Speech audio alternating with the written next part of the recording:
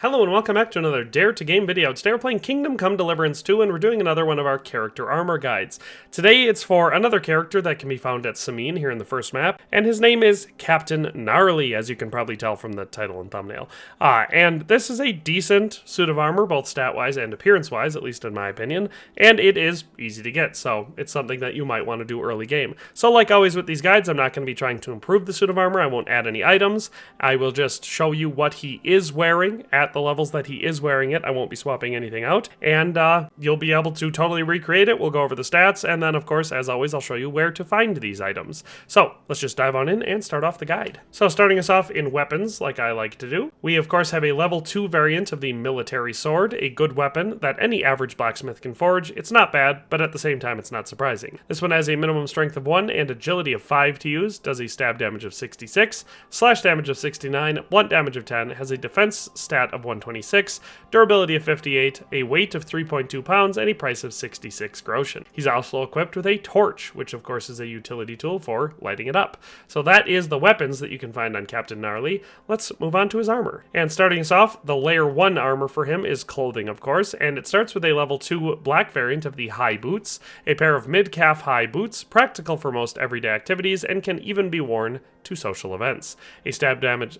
defense of 1, slash defense of 4, and blunt defense of 1. Then for his shirt, we have a level 2 green variant of the long porpant, a well-made long combat coat made by a real tailor, so it doesn't restrict movement like ordinary quilted gambesons. This one does a slash defense of 10, stab defense of 10, slash defense of 33, and blunt defense of 28. Then lastly, we have a brownish reddish variant of the noble's quilted trousers, also at level 2. It says thick woolen trousers, well made of honest fabric, so they don't hinder movement and last a while. I have a stab defense of 20, slash defense of 29, and blunt defense of 26. Taking a peek at it from the outside, here's our front view, so you can see fairly standard stuff. We've got a red and green and black vibe to it. All of it looks good, of course, because the green variant of the long porpant is a good looking piece of clothing. So that is our front view. Here's our view from the side, and there's our view from the rear. So that is Captain Gnarly's clothing. Let's move on to our second layer, the padding and mail layer. And for this layer, we just have one item, and it is a level 2 variant of the mail hood with a coat of arms, and this one is the green one with the Semine crest on it. It says a quilted hood with a collar and wide mail hood. Stab defense of 24, slash defense of 65, and blunt defense of 50. So just taking a peek at it from the outside, fairly simple and straightforward. Of course, it is important because we do have that iconic green Semine crest on there, which is nice, but that's our front view. That's our view from the side, and there's our rear view. So that's the second layer. Let's add on our armor and see what the suit looks like. So for the armor on Captain Gnarly, it's just 4 items. We start with a level 2 variant of the hourglass gauntlets, the most commonly used type of iron gloves, whose name refers to their typical hourglass-like shape. It protects not only the hand, but also part of the forearm of the fighter. We have a stab defense of 101, slash defense of 73, and blunt defense of 26. Then we have a level 2 variant of the bell-shaped kettle hat, notably the one with the light tan straps. The most common shape of kettle hat, popular among the poor squires. It consists of 2 parts joined together by iron rivets and therefore isn't as expensive as a helmet forged from a single piece. Has a stab defense of 98, slash defense of 73, and blunt defense of 26. Then we have a level 2 variant of the reinforced tempered gauntlets. Arm protectors consisting of overlapping hardened slats hammered on cowhide leather. Stab defense of 95, slash defense of 68, and blunt defense of 25. Lastly, for the cuirass, we have the level 2 variant of the mended cuirass. This cuirass has been in a fight before, and not for the first time. Battered, full of patches, but still a piece of metal that can make the difference between life and death for an unheralded warrior. We have a stab defense of 63, slash defense of 46, and blunt defense of 18. So from the outside, you can see we now have a full suit, or at least mostly full suit because we don't have any leg protection, of plate armor, which actually looks pretty solid and definitely has a lot of character because of that mended cuirass. So there's our front view, there's our view from the side, and there's our rear view. So you can see our cuirass does not cover the back of our torso. It is literally just the upper portion of the front. So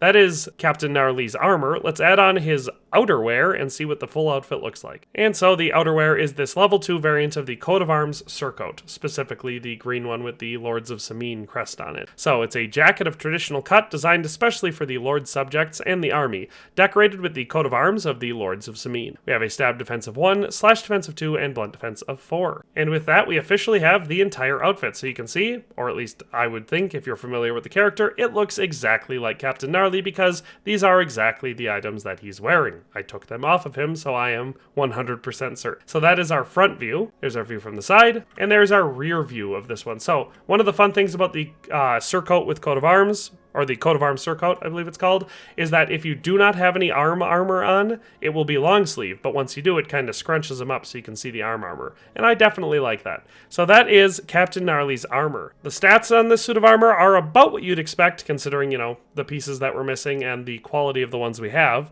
So we have a total weight, including all of the clothing, armor, and weapons for the suit of 51.5 pounds. So not very heavy, but we don't have a chainmail hauberk, we have a very light cuirass, we don't have a mail collar, and we don't have any leg armor. So it makes sense why it's that weight. Our value for this one is only 2,959.6 groschen. So once again, not for the first time in this series, we are under 3,000 groschen.